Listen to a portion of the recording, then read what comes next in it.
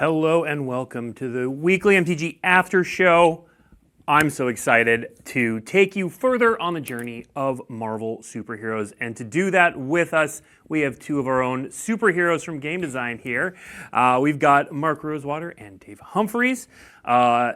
Mark was telling me beforehand, Mark has led more vision designs than anyone. Dave has led more set designs than anyone. So, like I said, superheroes here.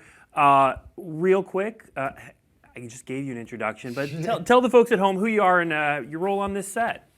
So I'm Mark Rosewater. So I led the vision design for this set, and I was one of what we call the SMEs, the subject matter experts on Marvel. Mm-hmm. I'm Dave Humpherys. I was the set design lead for Marvel Superheroes, and yeah, it's been a fun journey. I actually worked on a Marvel TCG before this job. Oh, wow. All right, so very familiar. We're going to spend, these shows are often about an hour long. We've got a lot to cover this show. We're probably going to go longer than an hour. Not sorry at all. I'm super stoked. I'm a huge Marvel fan myself. This set is amazing. So we're going to talk through mechanics. We are going to talk through the draft archetypes. Again, that's why we've got Dave here to talk through all things draft. We're going to talk through Boost Your Fun. We're going to talk through some cool promos and different variants. We're going to talk through a lot of source material cards. We're going to talk promos, welcome decks, like that. Just all the things. So we've got a lot to talk about. So we're going to dive right into it. Mark and Dave, I'd love to start by going through mechanics. Sure. And sort of, one of the new marquee mechanics is Power Up, which we saw on Thanos earlier, but we also have our own preview. This is one of my favorite cards in the set. This is Kang the Conqueror, a 4-mana, 4/5 flying creature with Power Up, 5/3 blue. Put a +1/+1 counter on Kang and take an extra turn after this one.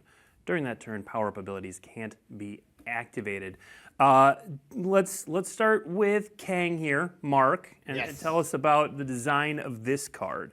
Well, so obviously one of the things we wanted to do from very early on was the most exciting thing about the Marvel property is all the characters. They're amazing heroes, amazing villains, and we wanted to make sure that we could do really interesting top-down designs. Mm-hmm. And so from the very beginning, one of the things we decided was we wanted the mechanics to kind of not get in our way of making just really exciting cards. And Power Up does a really good job of that. It just represents the hero or villain upping their game, getting the extra level of power, which is very common in comic books. Kang, for example, Kang's all about manipulating time, so it made a lot of sense that he's the time walk of the set. Mm-hmm. Do you want to talk a little bit? Maybe we should talk a little bit about Power Up so people understand. Yeah, what is Power Up? How does it work? Right. Yeah. So Power Up is an activated ability. It's important to sort of think about the genesis of this, right? Like when we're looking for expressions of power, superpowers. How did we want to express that? We played around with abilities like Kicker and Monstrosity, and this is really trying to take the best of both of those worlds. Like Kicker is like a high tension mechanic that is like, right, it offers something really powerful in the late game, but like you also, it's giving you the option to do like a less powerful thing earlier, and that can be kind of frustrating because you want to do the cool thing. And in designing this, I was really looking for ways to try to like make it so that you could get something out of it in the meantime, right? Like that you can still play it early in the game and then still get to do the more powerful thing in the later of the game. It's not a choice that you have to give up the cool part of the card. So. Yeah. And then again, so the ability is reduced by the mana cost of the card if it's entered the battlefield this turn. So that is sort of a nod to like we've used Monstrosity, Exhaust, things like that. Those are a little bit tricky to get to have high enough impact at times because you have to spend the mana to cast them and then spend the mana later on to use them. And this is getting more to sort of the Kicker-like aspect where you can do it just all in one turn, right? Like the reminder text might feel a little bit mathy there, but really like 5 UUU, that is what you have to pay the turn. If you've top decked this late in the game or whatever, that is how much you have to spend on that turn. You're spending it via casting it and then activating it. It's important to know that even if Kang still is killed in response, you're still getting the time walk ability. So yeah, And once he's in play, you would also spend 5 blue as the sort of the upgrade. Yeah. So you can cast it when you first cast it, or you can cast it after it's in play. So you have that flexibility. Yeah. And then how, this is obviously a mythic rare. We saw Thanos earlier, which is mythic. How up and down the rarity, or how much are we seeing power up? You'll see power up across all rarities. It's pretty present. It's just, it's a really fun mechanic that's like, letting you do stuff early game, late game, right? A lot of it. It is also letting us express superpowers, which is one of the most fun things here. Taking big swings, like Time Walk's a very, polarizing, contentious mechanic. I didn't know if it would get through some of the stuff. Like we're like, this is the best expression of this character, and sometimes play design is like, this is too scary, or like, no, we've done this too much in standard, or we've done this too much recently, and we go try to come up with other expressions of the characters. Yeah, one of the real cool things about this set is, so this set, I sort of say it's like Avengers Plus. Yeah. It's the Avengers, you have Fantastic Four, Heroes for Hire, you got Champions, you got Young Avengers. Like, you have kind of a group around the Avengers, and that there's just such a widespread different characters. Yeah. And one of the neat things about this is Marvel just has all these amazing different heroes and villains that just do really, really different things. And so they actually make really fun Magic cards. Yeah. That we get to capture, like, okay, what does this hero do? Well, here's this weird collection of things. How do we capture that in a card? Yeah. And that a lot of, to me, the fun of Universes Beyond is using sort of the paints of Magic design to really capture and bring forth the characters in a fun, evocative way that just makes a good Magic card. Yeah. And Marvel heroes and villains are like just excellent, excellent Magic cards. Well, it's not just heroes and villains. We do have, we introduced this earlier, but there's a card type called Plan. So let's see our next preview card called Construct a Cosmic Cube. That whenever you draw your second card each turn, you get a 2/1 black villain creature with menace, and you get a plan counter. And then when it gets the 7th plan counter, you get to control your opponent during their next turn. Mark, tell me about the design of this card. So Plan, and one of the things we want to do is when you play the game, we want you capturing the essence, like you're in the comic book. Yeah. And so one of the things is, what do supervillains do? Well, they come up with master plans that they're trying to accomplish. And I should note, different plans go to different numbers, so they're not all 7. They're different ones. But the idea is, okay, well, the Cosmic Cube, for those that are Marvel fans, it's one of the most powerful items in the Marvel Universe. And so, if I can construct a Cosmic Cube, I can rule the world. And so the real fun part about it is designing something that sort of evokes play. Yeah. Here's a card. Now, what can you do to make that happen? Yeah. And Dave, so I look at this and I hear villain plans. Are these spread across all colors? What does the plan subtype mean things in the set?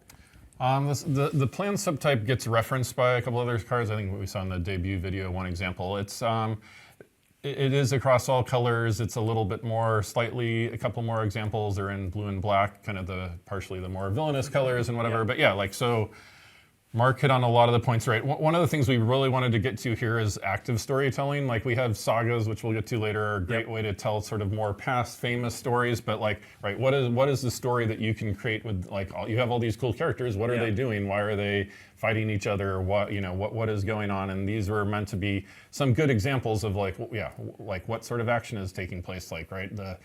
If you don't have some sort of scheming going on, the superheroes don't have much to do because, they need to be combating, stopping some plan to take over the world or build a cosmic cube or whatever the case may be. So, this is a lot about active storytelling. These all share in common that they all have a trigger that's giving you some reward and a plan counter while they're happening. So there's some sort of ongoing reward, and then they all have a payoff where they all fire off, and the plan is executed on after a certain number of counters, and it happens. Sometimes it's not the best time that you want it to happen, but we felt like that was part of the fun. That sometimes their plans even at the end don't go quite as they'd want.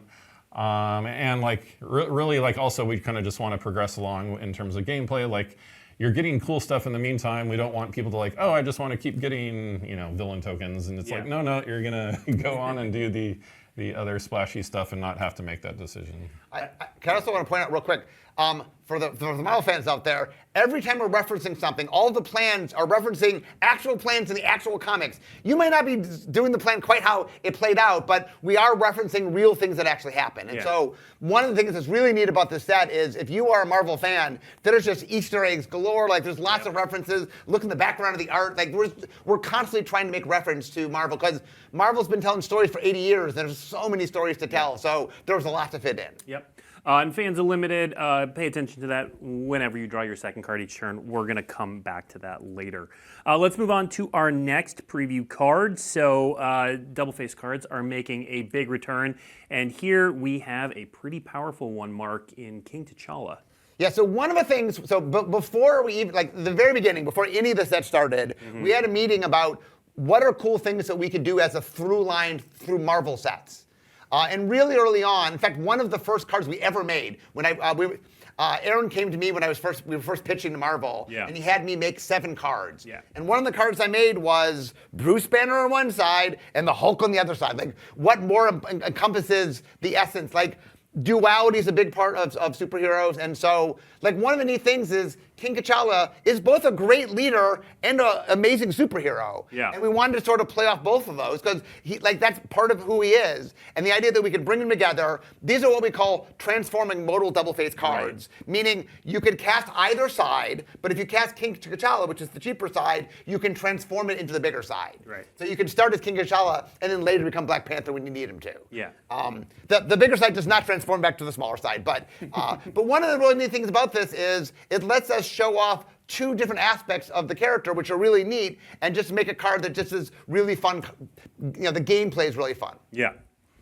Yeah, and Dave, obviously, again, I'm gonna ask variations of the question as long as we show off mythic cards. But as Mark said, it's a big part of superhero and Marvel DNA. This duality. How up and down the rarity are we going to see double-face cards? These are just at mythic and just 5 cards. Yeah. Okay.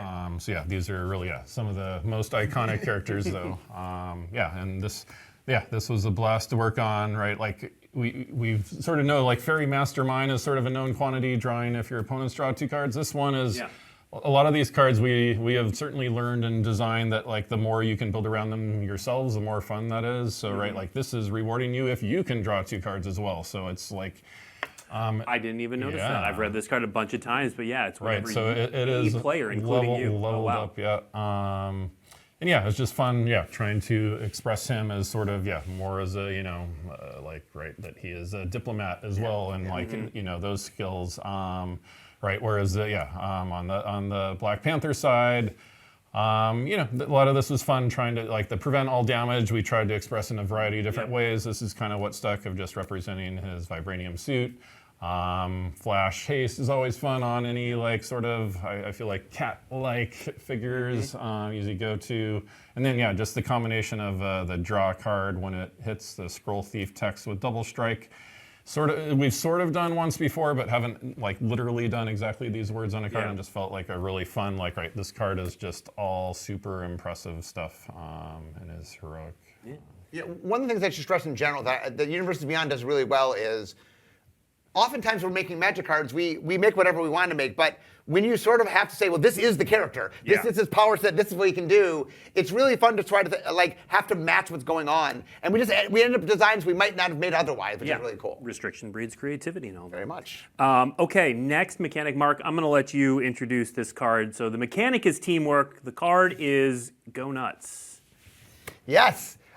In fact, one of the very first things when I had a pitch to Marvel, when we did the original pitch and Aaron had me make the cards, he said to me, one of the cards should be a deep cut. The deep cut that I made was, in fact, Doreen Green, aka Squirrel Girl. So my preview column today, my preview card is Squirrel Girl. So if you want to see Squirrel Girl, or just you like squirrels, even if you know nothing about Marvel, if you like squirrels, go check out this card. It is a fine, fine squirrel card. But anyway, we decided that Doreen could also get a spell as well.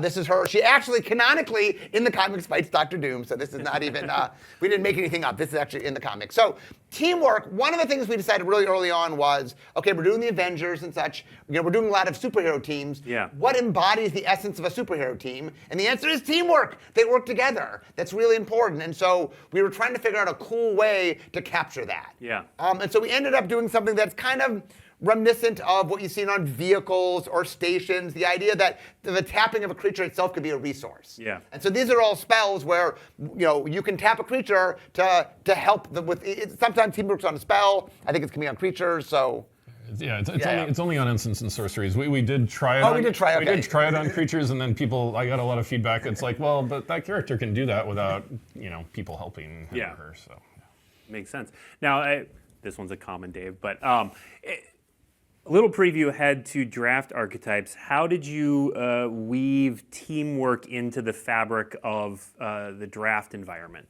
Right, so we certainly had teamwork matter more for some colors and color pairs than others. But yeah, teamwork, as Mark pointed out, right, like a lot of this was just getting an expression of, right, like people working together is a big part of why like this property is so special. And like also having the teamwork value reference power was also just felt like an odd, like we've done stuff like Convoke or whatever, but Convoke leads to a lot of like tokens gameplay of like small little 1/1s and stuff. And we like, you know, I was excited to do something that cared more about like, no, like power should matter here. Power is a theme that matters a lot through this set, like whether it's a power up, which increases their power, would be a counter or whatnot. Yeah. So yeah, power is something we play up a lot here and let us focus more on kind of the elements of gameplay that I'd want to see. We have a common cycle of these, so this is, yeah, the green part of that green cycle. All of the commons actually do two things. Like I got a lot of feedback that it felt really fun that like the expression of teamwork was like, oh, well that character might do this and that might be doing that, and just more generally it felt like teamwork, like, you know, these characters are helping you, the player, cast your spells if you're a superhero or whatnot. So yeah, this is a pretty fun version. I love the art. Yeah. Yep. All right, our next mechanic is a returning mechanic, and I'm using mechanic pretty broadly here, but it is a mechanic. But really, it's an excuse to show off MODOK here. It has connive.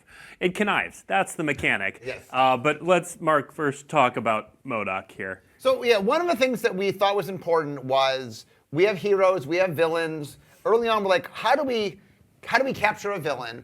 And one of our general rules in Universes Beyond is, hey, we don't need to reinvent the wheel. Magic's made a lot of mechanics in its 33 years. If there's something cool, we should use it. Connive was actually a villain mechanic in Streets of New Capenna. Yep.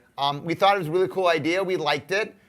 We also knew that this set had more legendary characters than normal. Like one of the cool things about Marvel is all the characters. So there's just more legendary characters. We liked having something in the set that allowed you to discard cards to give you, if you had a duplicate of something, you could discard it. And in fact, Connive was in this set before it was in Spider-Man. And we really liked it. We went in very early, like, and it just stuck. And we liked it so much, we ended up suggesting it, and Spider-Man ended up putting it in after we had put it in our set. MODOK, for those who don't know, he's a pretty fun character. You'll notice in his flavor text, he's got two abilities, Mental Organism and Designed Only for Killing, because that's what MODOK stands for. He is a fan favorite. He's definitely, there was a great TV show, Patton Oswalt played him, and you know, he really is a fun character. He's a villain through and through. He really likes causing other people pain. So, and he's a very conniving character. So all the things about it felt really good. And I love the fact that he gets rid of your opponent's small things. And, you know, so he's a fun card. Yeah. No, Connive is definitely something we're going to talk about. We're going to talk about it more in the draft section, but I just really wanted to show off this card. I love this card so much.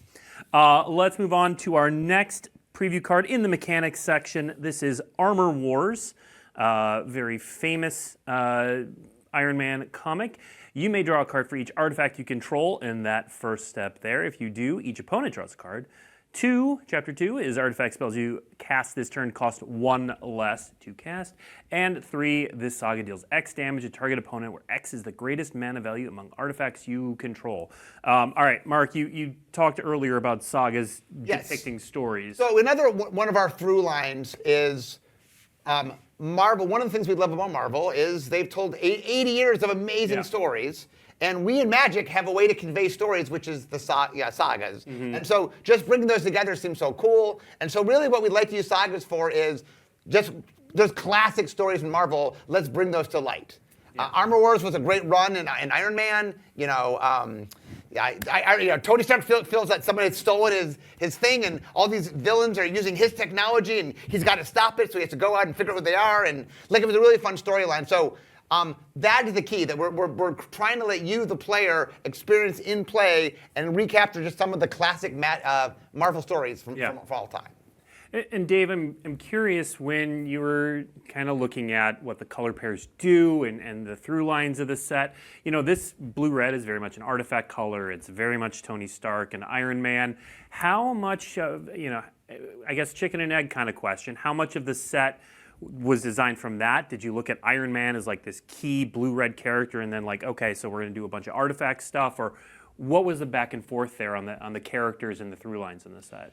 Yeah, a lot of it went hand in hand, right? Like, so we had identified pretty early on, like, who we wanted the signpost characters to be for each color pair, and we'll get to that. And then, yeah, sort of what do they embody? What would you expect? What are there other characters in those colors that share a lot of overlap in terms of their skill sets? And then the color pairs we build on for Limited are a lot of what we then use for constructed themes. Like, we want to have a lot of those translate to things that are worth exploring and trying to do either competitively or casually in constructed play. So a lot of it goes hand in hand. Yeah, it is no coincidence that this ties in to a lot of the other blue-red themes.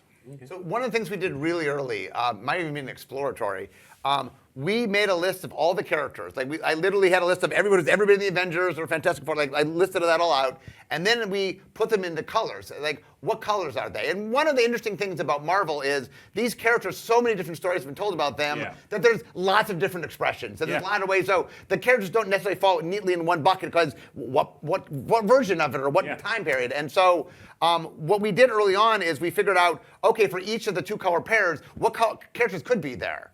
And we made a list, and then we say, well, what's the most exciting version? And so we worked really hard to say, okay, we want to capture blue-red. Who's the most blue-red? Oh, Iron Man's very blue-red. You know, he's both. In fact, blue-red is all about innovation and invention. Like, okay, that's Tony Stark, and he's definitely, you see the blue in Tony Stark, but you see the red in Tony Stark. So. Yep, absolutely. All right. Let's move on to draft archetypes. Dave, you were mentioning those signpost cards. We're going to look at them for each of the 10 color pairs. Yes, 10 color pairs. We're going to start here with Ant-Man Colony Commander. Blue-green signpost. Whenever Ant-Man attacks, you can pay 1. If you do, you get a +1/+1 counter on target creature.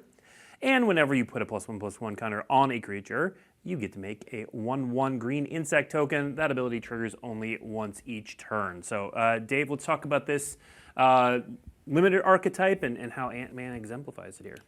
Right, so this was certainly a challenging thing where in terms of like, I haven't worked on a UB set before this. So like, right, like we're trying to be really resonant top-down design to the characters and at the same time have that translate into something that's gonna play well for that color pair strategy. So certainly a fun challenge, right? So as I also just mentioned the last part, like I was trying to think, all right, like, okay, like I understand Ant-Man, but yeah, like what more broadly speaking, right? Like a color pair strategy is not gonna work just off of one sort of like, what does Ant-Man do? It needs to like be reflected in like, what are the similarities that I can find in those colors? And so for each of these, I sort of had put together a sort of a mental like, you know, classification or like, what does this character kind of more generally represent? And for this, it was for blue-green. It was kind of like shifters. Like we have like people, characters who can change size or morph themselves or change themselves or adapt or right have kind of multiple forms. And that expression to me spoke loudest to +1/+1 counters. So +1/+1 counters are the thing that the blue-green color pair is really leaning into. Like we've seen, you can get +1/+1 counters from Power Up. There are plenty of other ways in the sets that are creatures are just getting counters. Counters is fun. Like I love sets that have counters are just a good way to express things growing, the game progressing, characters evolving, getting stronger, better. And then again, the nod to insect tokens is more just a nod to like that is the cool thing you get off of this card more than the color pair per se. One thing I want to point out, just to show kind of, I talked about Easter eggs earlier. Notice the can that he is on. It's Roxxon Cola. Yep. So Roxxon's a classic, one of the evil companies of the Marvel Universe. So if you pay attention to the art, there's a lot of love went into all the details. Well, and Mark, you may or may not know the answer to this question. I'm assuming you do. You know your Marvel. So human rogue hero. I'm guessing this is the Scott Lang. This is Scott Lang. That's how it's rogue. It's Scott Lang. So there's been multiple Ant-Mans. Yes. And so the other Ant-Man shows up as well. Hank shows up. But this is us showing the Scott Lang version. That's why he's a rogue. So. Yep. Makes sense. All right, let's move on to our next archetype and next preview card, Black Panther Vanguard. So we've got green-white, 2 green and white for legendary human warrior hero. Whenever another non-token hero you control enters, choose one. You get to make a 1/1 white soldier, or creatures you control get +1/+1 until end of turn. So Dave, tell us about the green-white archetype.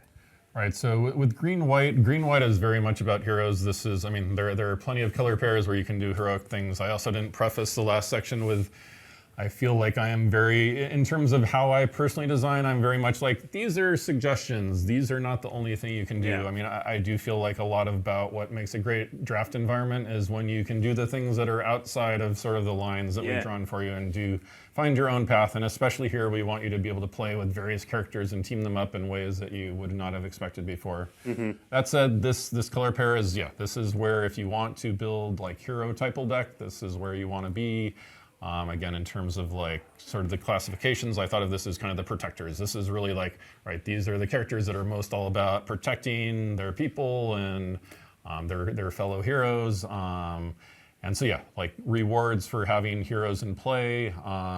In some sense, most typal decks are a little bit about going wide because, like, right, if you're giving bonuses to heroes, that bonus is better if you have more of them. So we lean into that a little bit here, but it's not really like a super go wide deck like this card might otherwise imply with sort of the team boost and the tokens. Okay. One thing I want to point out, we showed a Black Panther earlier. He was white and blue. I was going to ask. Chat was asking. This Black Panther is green and white. So one of the things we wanted to do, like I said, there's so many different versions of the characters that there's a lot of nuance in colors. Yeah. And that if we're going to do multiple versions of some of the most popular characters, we wanted them in different colors so that different decks had access to them. Yeah. That, you know, if you're playing a white-blue deck, you have access to Black Panther. If you're playing a white-green deck, you have access. And so now we're trying to stay true to the character. You know, Black Panther is kind of a green-blue-white character. Yeah. And so we're leaning into that, but we do want to show differentiation. So when we do more than one version of characters, and I think when I say the same character, there's superheroes that multiple people have been the superhero. But if I'm talking about the same secret identity, I think there's no more than 2, right, within the set of any one character. So there's that uncommon Black Panther, there's a mythic Black Panther, but there's not. That's how many Black Panthers there are. There might be others in the commander decks or welcome decks. I mean, there's other places, but we did it within the set, restrict it to 2. This is a good place actually to ask a question that I'm seeing a bit of conversation in chat. So we've seen, you know, a mythic Black Panther, an uncommon Black Panther. Do we have legendary characters at common? No. They're only they're uncommon and higher. In fact, I mean, I will say every creature at uncommon and higher rarity is legendary. Okay. I think all but one of them are either a hero or a villain. Okay. All right, but at common, no legendary. There's no common legendary. No common legendaries. Okay. All right. Well, let's move on to the next one. This is a cool card and a cool archetype. So Black Widow, double agent, a 3/2 death touch for 1 white and a black. Whenever a creature you control attacks alone, it gains first strike and menace until end of turn. So Dave, let's talk a little bit about this attacks alone. Yeah, attacks alone is something I've tried a number of times with sets. I led Neon Dynasty. That was part of the thing there, but that was even restricted to, like, you know, not only did you have to attack alone, it mattered only for just a given creature type. So, like, I'm gonna try this again, broaden it out a little bit. It felt like a great flavor match for what we were doing here, like an operative or like an operative spy. Was sort of the vibe I was going for here, right? Like, there's a lot of sense of, like, you know, a lot of these characters, like, specifically go it alone. That is their thing, and, you know, they might have somebody in their ear or whatever. But like, they're very much about kind of like having like stealth and doing things on their own, including like some of the shield falls heavily into white and matched well with that as well. So yeah, this is about. Right, like you can leave a lot of your creatures back for defense, but like making sure that you can really, like, every turn you're going to be able to attack with someone because we're going to give you bonuses that keep letting you make progress in the game, and that they're going to eventually have to deal with some of these bonuses. Yeah, and then beyond that, again, it's a lot about trying to match Black Widow's flavor. I will point out that she's a hero villain, which is partially a bit of a holdover from where we started, where originally this color pair was like trying maybe heroes and villains team up, and a lot of these things will still carry over, where there are some rewards for trying to, like, part of the fun here is having heroes and villains work together. Yeah, I want to point out, so one of the things that's fun is we were taking characters from different points in time. Yeah. For example, there's a period in time early on with Black Widow where she was a double agent, where she was kind of working for both sides. Yeah. She ended up obviously deciding to work on the hero side, but one of the funs of this is that we have access to the full history of Marvel, and so we'll make cards and play into different things, and sometimes some of the characters that we'll do more than once, we'll get to play different aspects of them in a different time, which is another way to kind of hit different colors and stuff. Yep. I'd also note with white-black, I could almost make a case that white-black is the equipment color pair.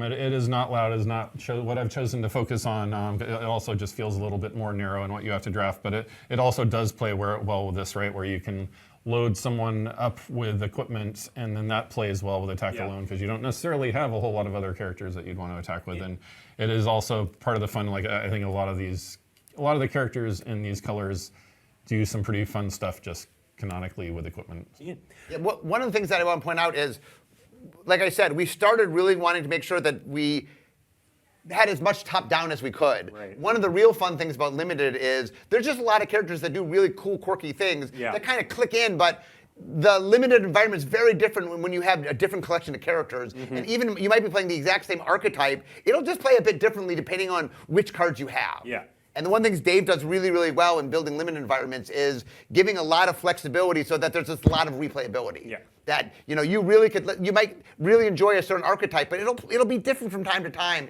in a way that's very fluid and fun. Yeah. Well, you know what I love about the design of this card? You know, it has that sort of static. Whenever any creature attacks alone, it gets first strike and menace. That seems cool. But then this card has death touch, so then it's a little bit. It's better when it's right. attack. She is very good at giving herself the bonus to attack. And again, like we've had mechanics too, like Exalted, that are quite popular, and this is just kind of a step up. Like, well, +1/+1 is exciting to players. Well, certainly giving them cool, like varied abilities should be fun too. All right, let's move on to the next archetype and the next preview card. Captain America, Living Legend, 3/4, Vigilant, Human Soldier Hero for 1 white and a blue. Whenever a creature you control becomes tapped during your turn, if it's the first time that creatures become tapped this turn, untap it. So what is this archetype? Because that's a very interesting text box there to represent a full archetype. Yeah, so this text is certainly a little bit, I think, more mechanical maybe than some of the other ones. I mean, people have, I think, at this point seen the mythic Captain America, which speaks to some of the other aspects of his power suite. But yeah, so this is trying to lean into, again, like, well, what is white and blue all about, and what would white and blue be in this setting is another exercise I commonly go to, and right, like, like what strategy is going to matter, and like planning, and like just in general being a smart leader and whatnot, and like certainly that's the vibe we're trying to go with him in this signpost slot, right? That like kind of a strategist would be like the one word encapsulation of what I'm going for here, and what is a good strategist? Like they get the most out, like in some ways like they make their team really good. They like their team shines, and that is trying to be like what we're most conveying here, where this particular set of text works well with teamwork, right? If you've kind of the downside of teamwork is what you've given up probably somebody who could attack this turn, and this card's letting you do the teamwork and still be able to attack. So it's trying to directly play into teamwork. It's also meant to be like there are quite a few extra places where I put tap abilities. So like tap this creature to do something. So you can do that twice. You can tap it and attack. Right. So a lot of the flavor here is showing him like being somebody who is motivating his team, being a strong leader to his team, and bringing out the best in everybody. And for characters like obviously Captain America, we had multiple Captain Americas. The idea that we get to play into different aspects of what they are. There's a lot to the character. So this one's more about him being a strategist, where his, the mythic one is more about some of his powers and what he can do. His combat prowess. Yeah, his combat prowess. Yep. All right, let's move on to the next one. It is Hulk Gamma Goliath in red-green, 6/5 for a Gamma Berserker hero with reach and trample. Power-up abilities of other creatures you control cost 3 less to activate, and powering up Hulk puts 5 +1/+1 counters on him. Tell us about this archetype, Dave. Yeah, so this one's probably straightforward enough, but yeah, so this is about powering up. Yeah, this is right. So this this is like maybe you get a lot of mana, like you ramp, like in some ways, like you ramp to power up. You just like we have incentives to power up. You want to fill your deck with more powering up. Right, like the kind of again the one word category here I had was like, or I guess it's 2 words, heavy hitter. Heavy hitter is sort of what we were going for. We have kind of like a lot of brutes and strong people and just people going to the limits and with their powers and exerting themselves as much as they can. And it just, it felt like a good match for him.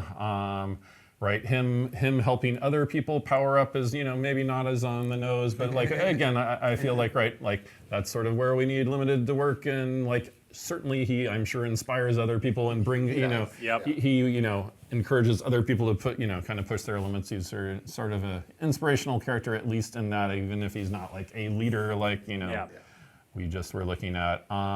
It was important that he had a cool power up. I wanted him to get very huge when he powered up. So yeah, you get, what, an 11-10 reach tramples? Nothing. Yeah, that's nothing to sneeze at, yeah. It's going to end some games.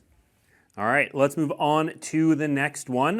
We alluded to this earlier. It's Artifacts in blue-red. Iron Man, Master of Machines, with this amazing art we showed off early in the cycle. So we've got a 1/4 human hero, legendary artifact creature, flying and vigilance. Iron Man gets +1/+0 for each other artifact you control.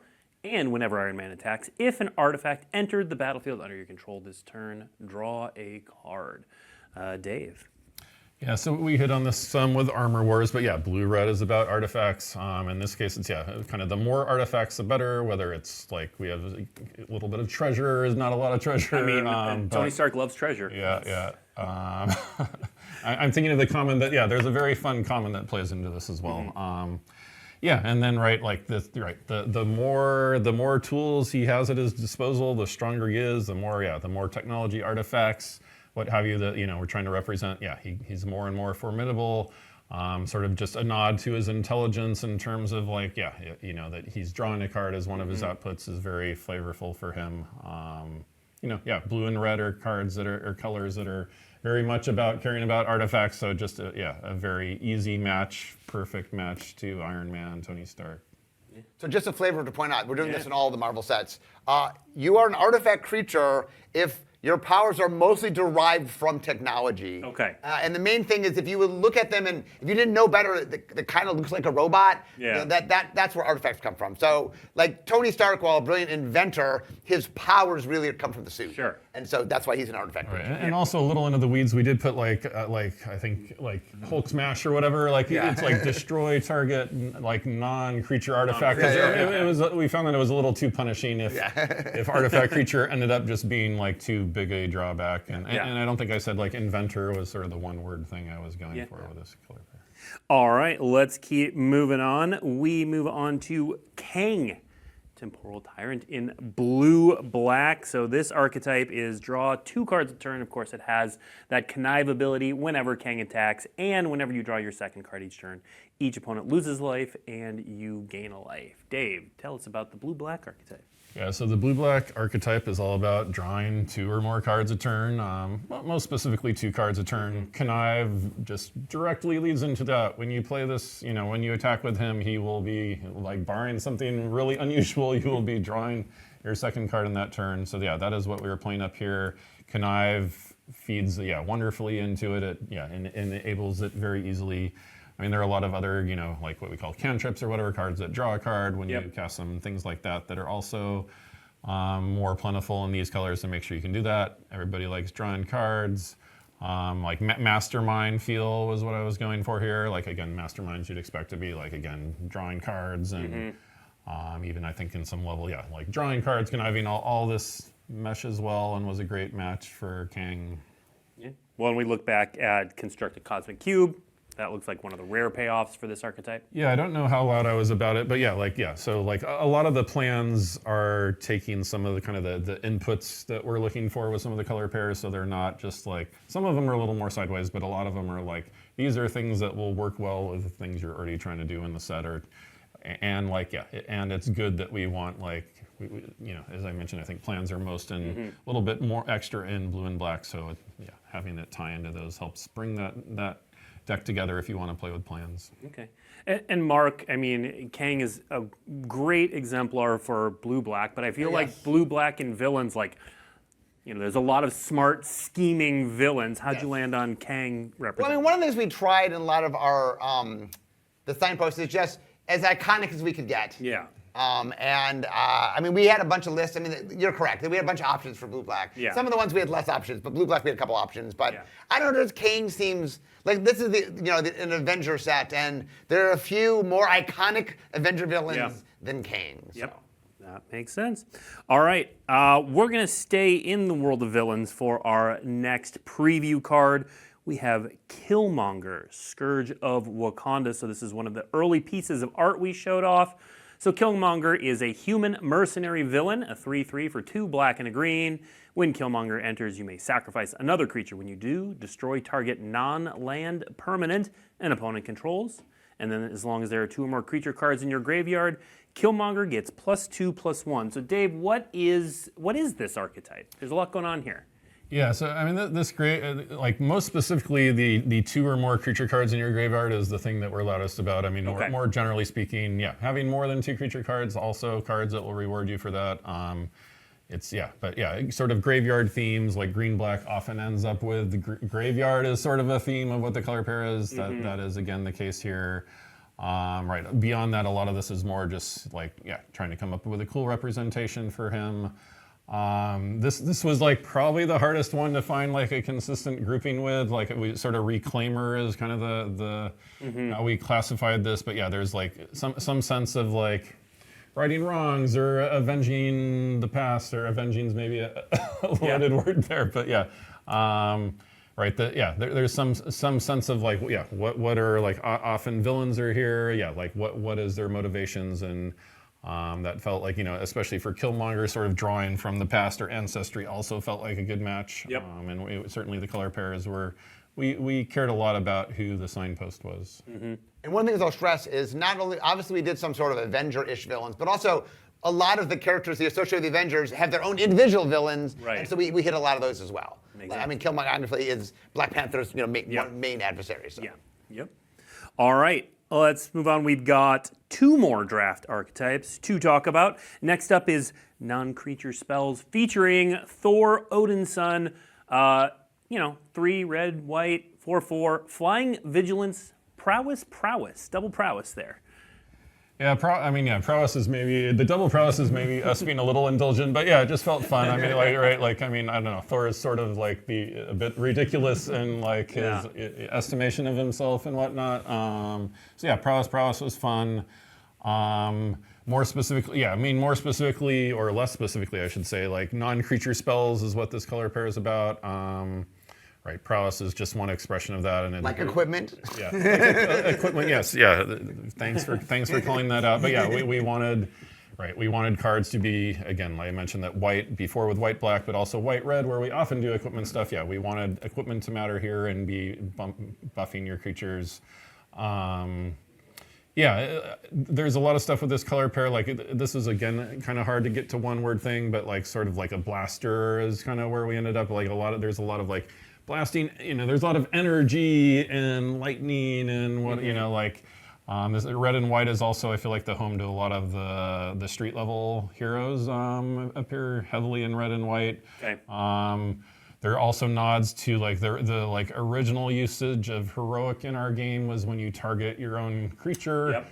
With an instant or sorcery, we have sort of a more broad whenever you target, like rather than that specific creature with heroic, you can target any of your creatures with a spell. Sort of a nod to heroic here that's kind of fun and just also ties into like why you would want to do non-creature stuff. So a lot of different ways to reward you with various different non-creature spells, which is tricky in a set where we're like really heavily invested on making sure all these legendary creatures are awesome, and trying to carve out the space of like why are the instants and sorceries going to be cool here too? Yeah, and equipment and plans.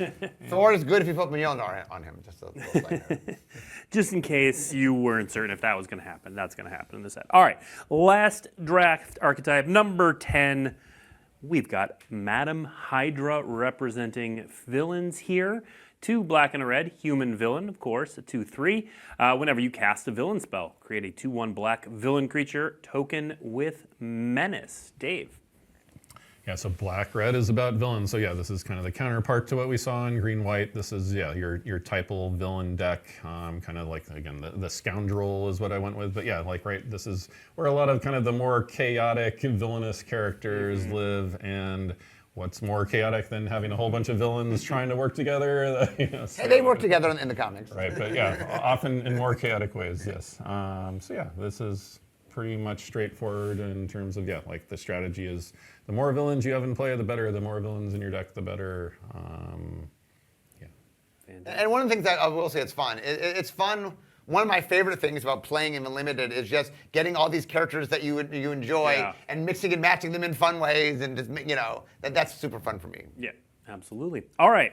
So that is our overview of the 10 limited archetypes. Those are the signpost uncommons. Of course, as we go through previews, we'll reveal more commons and uncommons to fit into those archetypes, and of course the rares as well.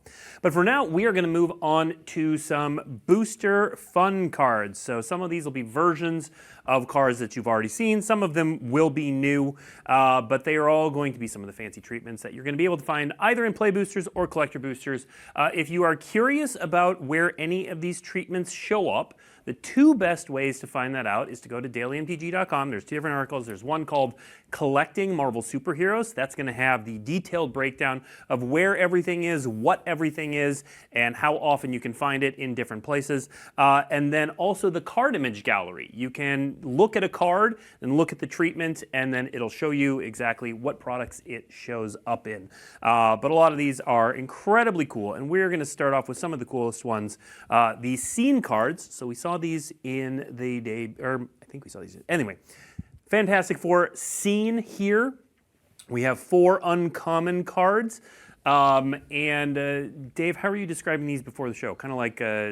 Yeah, they're like the Fifth Dawn stations a little bit, wasn't it? Yeah. Yeah, like Victoria Sperling that was on the set design team, and we were like, what do we want the Fantastic Four to do? And right, she had pitched like, how about they work like those? And then right from there, we all worked on them together, right? So let's run through this, right? So Mr. Fantastic, whenever a token enters, you may draw a card. Let's look at Human Torch. Whenever you draw a card, if you have another hero, which was sort of for balance, we got a little bit nervous with like some sort of infinite easy loops just with 2 cards. You are dealing a damage. And then let's jump down to the thing. Whenever a hero you control deals damage to a player, put counters on the thing. And then, well, that leaves us with Invisible one.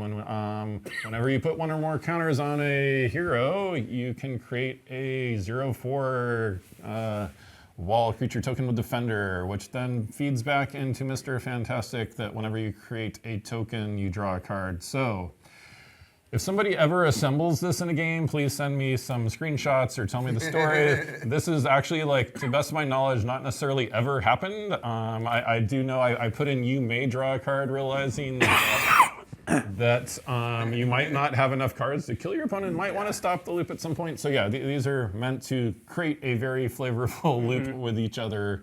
I'm looking forward to some fun stories about that, especially in draft, but also in constructed. But yeah, I thought this was clever. We have Torch. Torch has a power up that feeds a little bit cross-talk with Invisible Woman, just to get some of these also interacting on the edges a little bit better. But yeah, I found this super charming. And again, I think the flavor on, in general, what each of these is doing on their output and is especially flavorful. I mean, I know like Mr. Fantastic in a vacuum might look a little bit odd on like, why does he care about tokens? But drawing a card is great for him. And it's not that hard to hand wave the tokens being, many tokens we've made. Well, he does inventions and stuff and lots of artifacts of tokens.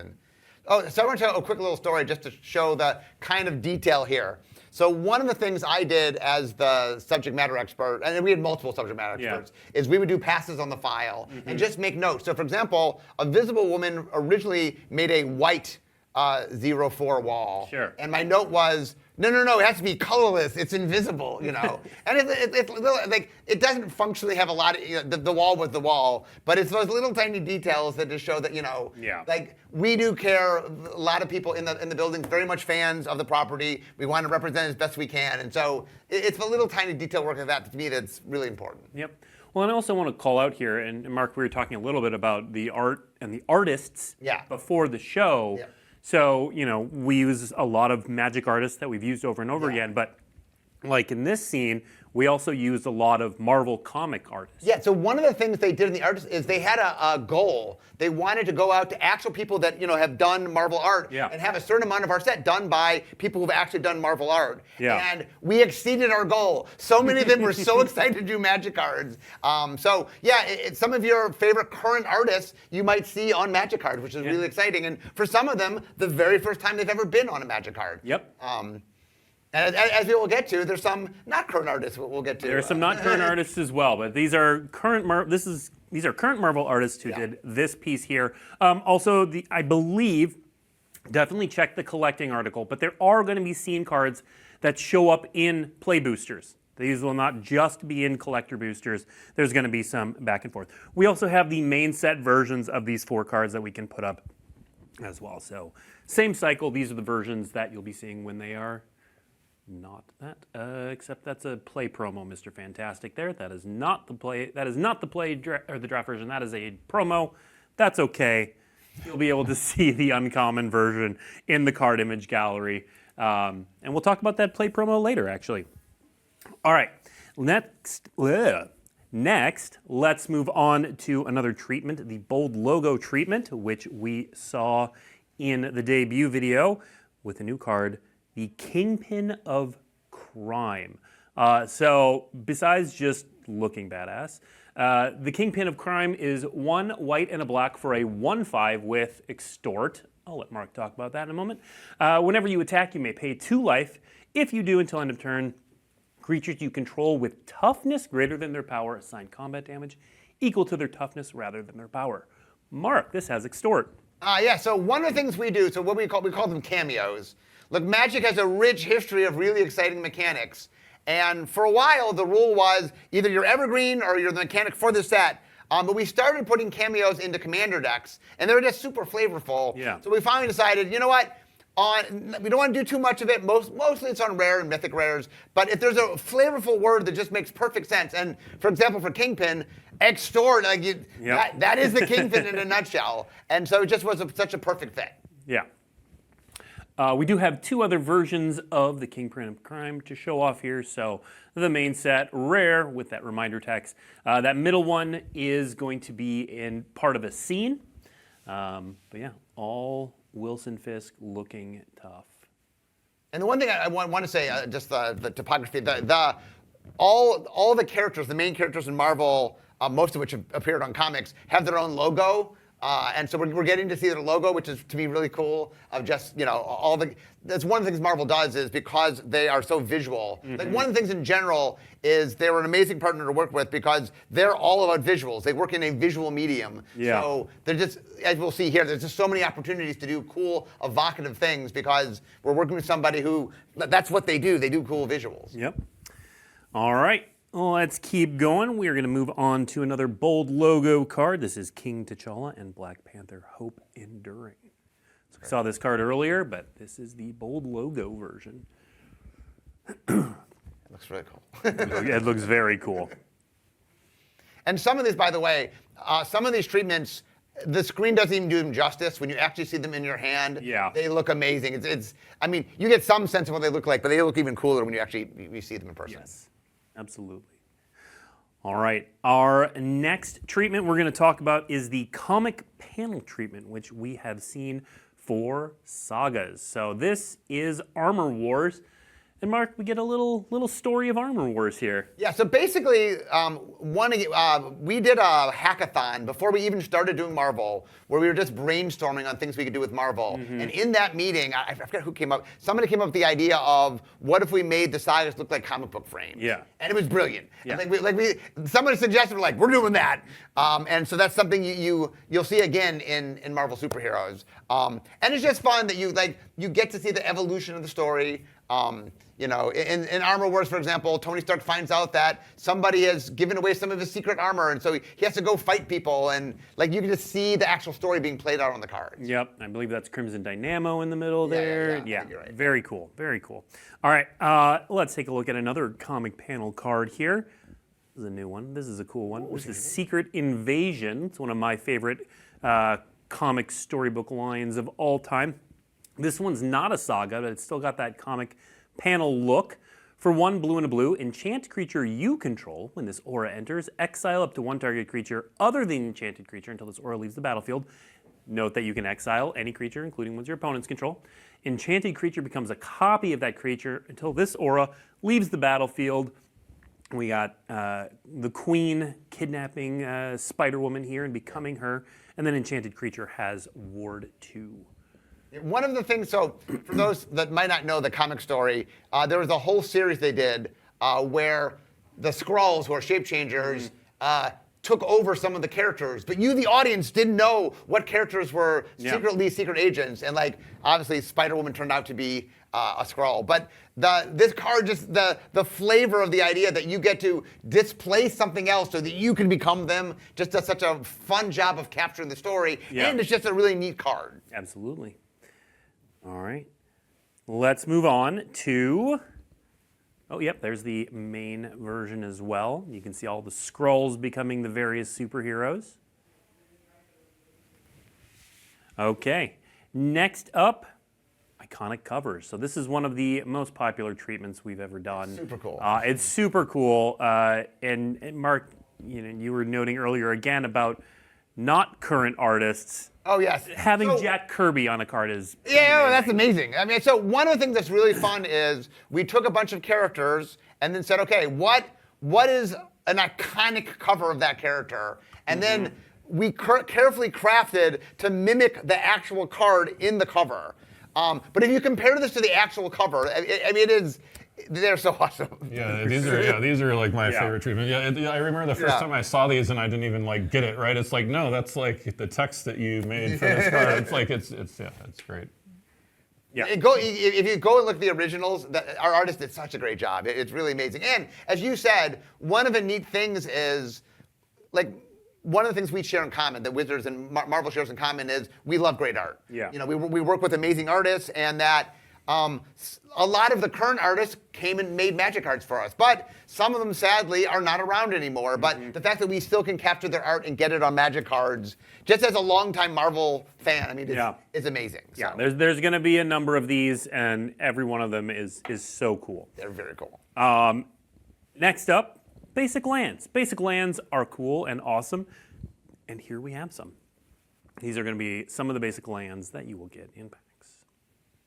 I think there's 2 cycles here. Yeah, there's Helicarrier flying around, and then just some more iconic places. Oh, we should stress, by the way, there are some scenes that take place in New York. Obviously, New York is the center of the things, but this set is across the whole globe. Sure. You're seeing Wakanda, the Savage Land. You're seeing Atlantis up there. Right. So you are seeing things from all over the globe. So I mean, there's some nods to New York, obviously, but it is a global set. Yeah. All right. Those are some of the basic lands. All right, next up, we have a very cool partnership with Marvel on this set, of course, but it's not limited to just this set. We got some Marvel in our Magic cards. We got some Magic cards in their Marvel as well. So some of you may have already seen some of these come out, but we had some comic books that have alternate art featuring cards from some Magic cards. And we are going to show off a few of these today. So these 4 cards are Jumpstart cards. So Marvel has a Jumpstart component. Marvel Superheroes has a Jumpstart component, and some of those made it onto comic books. And so we have a few of them to show off here. The first one is the Fantastic Four. So this one actually is from the Commander deck, not the Jumpstart product, but this shows all 4 on the same card. Yeah, one of the things that's fun, because some of the classic characters we get to do more than once, like you obviously saw us do the individual Fantastic Four, we like, one of the things we get all the time is people want to see more 4-color cards, and like we said, each one of them embodied one of the 4 color, of the 5 colors. So it's a wonderful opportunity to make a card that's a collection of all of them. Yeah, well, and I love the use of 4 in this card. When it enters, whenever you cast it. And we're going to, by the way, next week's Weekly MTG, we are going to go through and reveal the entire Fantastic Four Commander deck. We're going to talk about that whole entire deck, so we're not going to spend a ton of time on this, but I love how this, because I remember when someone saw this earlier, they said, wait, why does it deal 3 damage? Well, because first you create a 4 toughness wall, then you deal 3 damage, then you put 2 +1/+1 counters, and then you draw 1 card, so it counts down from 4 to 1. Yeah, we played around a lot with 4. Hopefully we didn't overdo it. I think, but yeah, there's some charming ones left to see. Yeah. And it's a 4/4. And it's a 4/4. Yep. For 4 I mana. do think this might be a Jumpstart card. I don't know. Is it? I could be wrong. Okay, so if I'm wrong, I'm wrong. The card image gallery will know better than I will. All right, next up we have, it might be a Jumpstart card. You're right. I have this labeled as Jumpstart. I may just be jumping ahead. Could we talk real quick about Jumpstart? Yes, please. So one of the things that was really fun is there's a lot. Marvel has so many characters, and there's so much stuff to capture. And obviously, we're doing multiple sets. Yeah. But the Jumpstart really, well, I talk about this set being more Avengers focused. The Jumpstart is really lots of different things. Yeah. And there are packets that go in all sorts of different places. I think what we just saw was there's a Mythic Rare Fantastic Four packet. And really, one of the things that I had fun with is there's stuff that I didn't know where else it went. And Daniel was the lead designer for it. And I would say to Daniel, like, oh, can we do this? Oh, can we do that? And I would convince him to do things that I just didn't know where else we'd put them. Yeah. And so there's a lot of really fun things in the Jumpstart. There's a lot of things you'll recognize, but there's also some deep cuts for the Marvel fans out there that we try to find a home for as many different characters as we could. Yeah, and I was wrong. I was going off the MSC. In my head, I said Commander because MSC. It's got the same 3-letter code as Commander, but it is Jumpstart. Okay, so let's take a look at 3 more of these cards. We've got Iron Man Bleeding Edge, 3 blue and a blue for a 3/5 human hero, legendary artifact creature, flying. Whenever you cast an artifact spell, you may copy it, except the copy isn't legendary. Do this only once each turn. And I believe this is part of an artifact-themed packet. I would imagine. Yeah. Next up, we have Dark Ritual. So for those who saw this end up on the internet, this is a Jumpstart card, Dark Ritual. Yeah, I mean, one of the things that's super fun is taking classic Magic things and then adding in the Marvel touch. Like, it's so obvious here. Like, this is. Like, who should be doing a Dark Ritual in the Marvel Universe? Well, I got a good idea. Probably Dr. Doom. Dr. Doom seems like a fine choice. Absolutely. All right, and then we have Hitmonkey. Talk about deep cuts. Yes. So like I said, one of the things that's fun is Hitmonkey had his own comic. He's definitely sort of a cult character. Like, we wanted to find places for, like, if you love the Marvel Universe, we're looking for all sorts of the fun things and places. I think he's part of a animal-themed packet. So anyway, we go deep. We got Hitmonkey. If you're worried we wouldn't get Hitmonkey, we got Hitmonkey. It's a monkey assassin, Yes. because of course it is, and the flavor text from Deadpool is fantastic there. He has no superpowers. He's just an assassin. He's just an assassin with reach, vigilance, death touch, hexproof, and haste. All the things. All right, our next section, source material cards. This is one of my favorite things we do. These are super cool. They're so cool. They all use art from the source, from Marvel Comics over the years, so we're going to see some really nostalgic stuff. But we also have this. So for those who were wondering when and where we were going to print those mechanically unique secret layer cards that we put out, God, what was that, a year and a half ago? A while ago, Yeah. It was the very first thing we did for Marvel. Here it is. It was the very first thing we did with Marvel. So these are all using source material art. So the art is different than the secret layer versions, but the mechanics are the same. So this is where they are going to show up. If you missed those the first time around, here's your next chance. And these are all really cool, interesting designs as well. And all 5 of these characters do show up in the set on other cards in the set. Yes. So these are all 5 characters from the set. Yep. And again, it's worth noting, source material cards are not going to be standard legal, but they will be legal in all Eternal formats, including Commander. So, yep, these are coming back. You're going to be able to open these up in booster packs. All right, now let's start going down the list. Next up, we have Concerted Effort, Final Showdown, and Light of Promise. Now, Dave, my understanding is you helped pick a lot of these. Yeah, I was in a meeting where a lot of the, like, we get together a bunch of like creative and art-minded folks and booster fun folks, and all in one room. And at some point, I know we had like, you know, a screen of just like, what are all the best choices for art that we can show on our cards. And so, you know, at the same time, there was also like, I've, you know, kind of gone through of like, what are some of the best names that we can use, and trying to like figure out how they match together. And so I definitely like probably about half of these cards actually, like I had made the initial suggestion of like, I think this works really well with that art. I had very little to do with picking the art, but had a really good team of knowing what they felt would be fan favorites to be showing. And I feel, yeah, it's just a really fun match, right? Like Final Showdown is one I remember suggesting where, right, it just like, this really looks like a Final Showdown, right? And you know, just even in terms of like the text matching well with the art here. Yeah. Other things like Extinction Event was another one we saw. Like I guess we've That seen, one was right? so perfect. That's why we showed that earlier. Even like, oh, and then like, you know, oh, and then I'll use that also in the main set as sort of a direction. And yeah, so a lot of these are fun. Like Light of Promise, just right, also felt like a really good match, like both mechanically with Captain Marvel in the main set, as well as just, yeah, being a fun card in general for those decks. Yeah, so for the Marvel fans out there, you can sort of see this is a good example of, look, we went through the history. Like the one on the left, that's Fantastic Four #1, right? That's we're going all the way back to the 60s, where the Captain Marvel thing is from maybe a decade ago. So like we're really hitting from different spots and like trying to get really what are the fun images from across time. Yep. All right, let's take a look. We've got a bunch of these, so we're going to go 3 by 3. Next up, we have Return to the Ranks, Steel Shaper's Gift, and T'Challa's Protection, also known as Teferi's Protection. I note here, you know, the first 3 had normal names.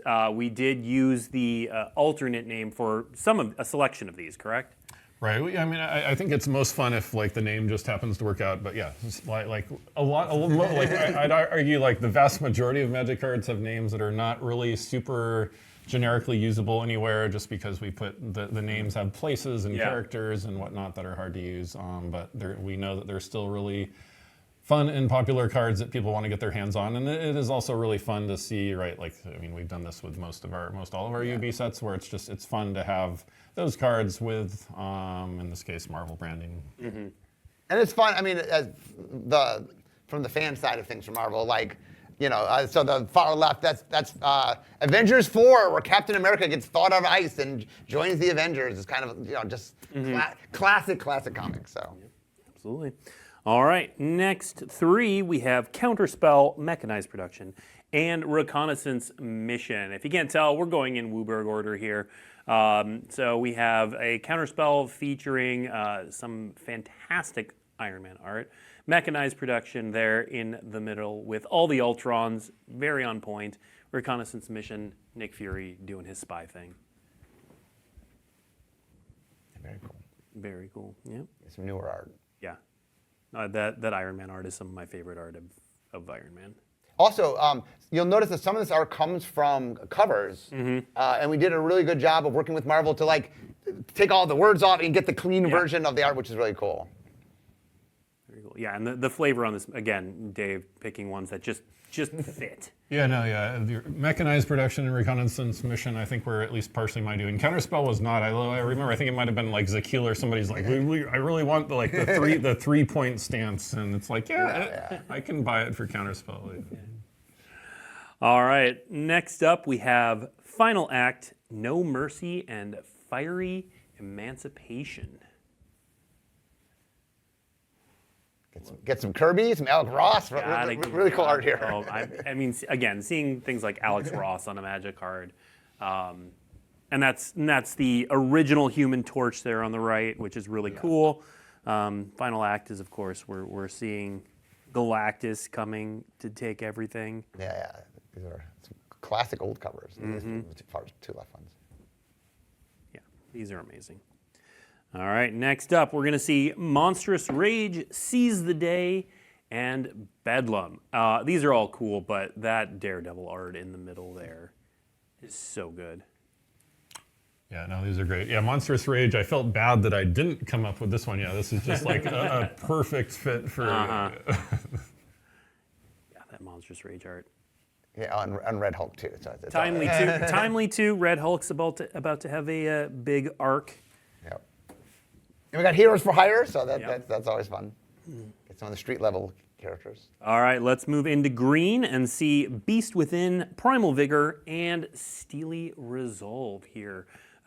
Beast Within with that Grim Fate name. That's awesome.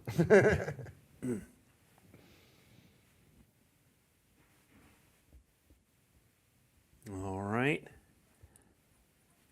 Then we'll keep with green, move a little into gold. We've got Unnatural Growth, Anthem of Champions, and Escape to the Wilds. We got double Alex Ross. We do. Page. Yeah.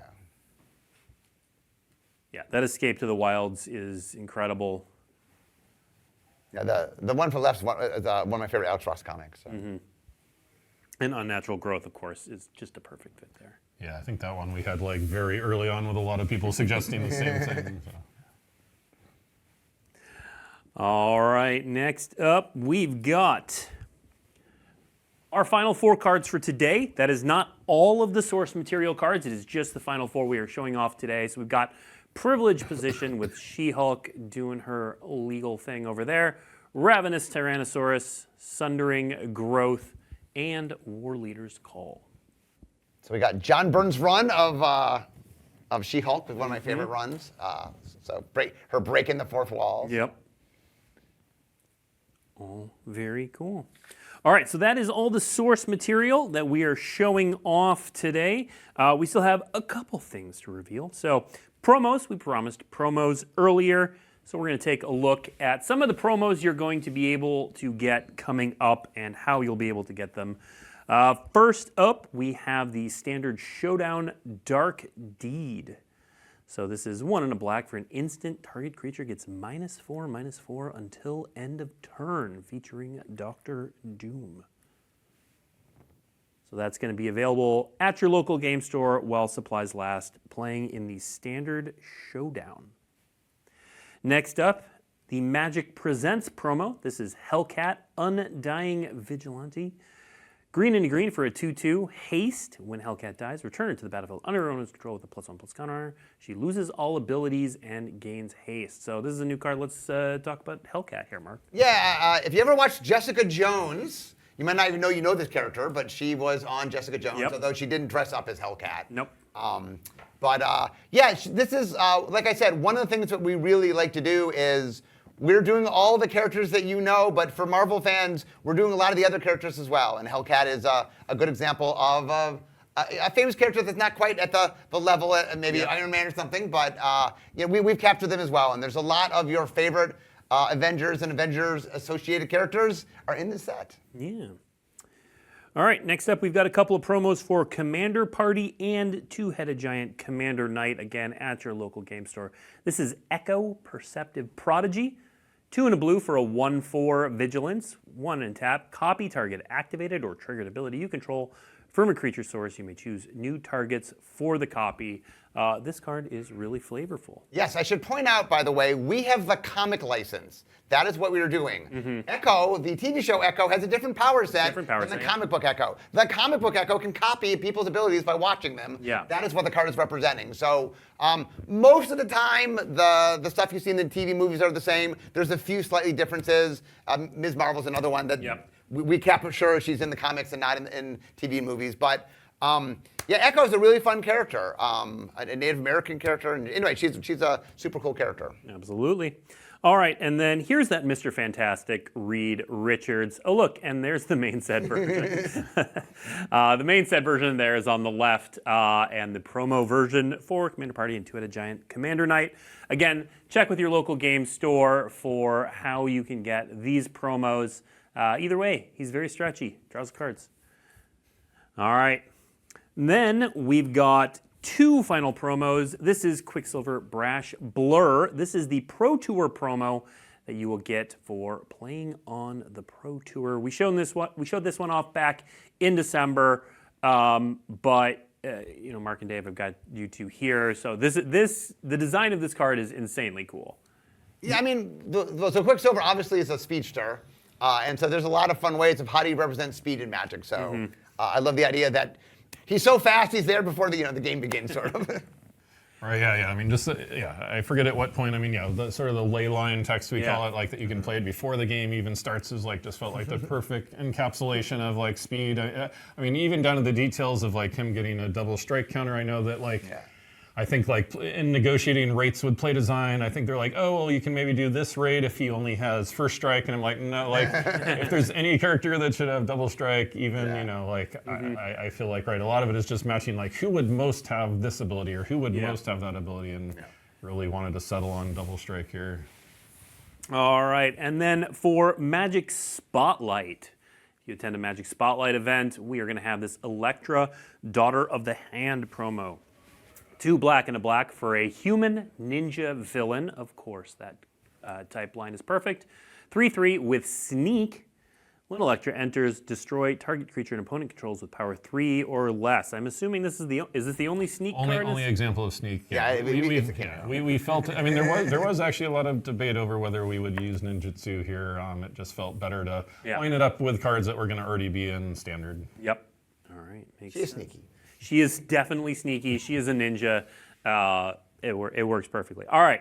Finally, before we go, we are going to show off some welcome decks, some welcome deck cards. So there are going to be 5 welcome decks. These are meant as introductory points for people who maybe have never played Magic before, or maybe played once, or are just showing up at a convention and are like, hey, what's this cool thing with Iron Man on it? So these are going to be the 5 face cards, as we kind of refer to them. It's not really a face. It's a small deck you can shuffle up and play against each other. But they're pretty basic cards meant to be people's first introduction to playing Magic, and in this case, first introduction to playing with Marvel superheroes. So look for these. We're going to be handing these out at various conventions, or sometimes you'll be able to get them at your local game store. So keep an eye out for these, especially for your friends who are maybe big Marvel fans but have never tried Magic before. These are great introductory points. All right, and then one last thing to show off. So we have an amazing suite of creators who love talking about Magic and love showing you kinds of amazing things that they put together with Magic. So these are our creators for Marvel superheroes that are going to be creating amazing content. So if you search on your favorite social media platform for #MTG Ambassador, #MTG Partner, or you can just go straight to their profiles, and they're going to be making cool stuff all throughout the Marvel superheroes period. Check them out. I recognize a couple of these names from people who are in chat right now. So thanks for being here. Thank you all for being here. Thanks to Mark and Dave for walking us through this incredible set. We have a lot of previews still coming up for Marvel superheroes. And this weekend, we have an amazing marquee event happening where a lot of the creators on that screen will be at an event, and we'll be showing off more cards. More previews are to come. There's going to be a lot of cool stuff coming. Next week, as I said on Weekly MTG, we are going to show off the Fantastic Four Commander deck, which is super cool. We're going to show off the whole deck. Commander decks are going to be coming next week, Monday, Tuesday, Wednesday, Thursday, as well as some other things. But thank you all for tuning in. Check out the rest of the internet for previews, and we'll see you next week.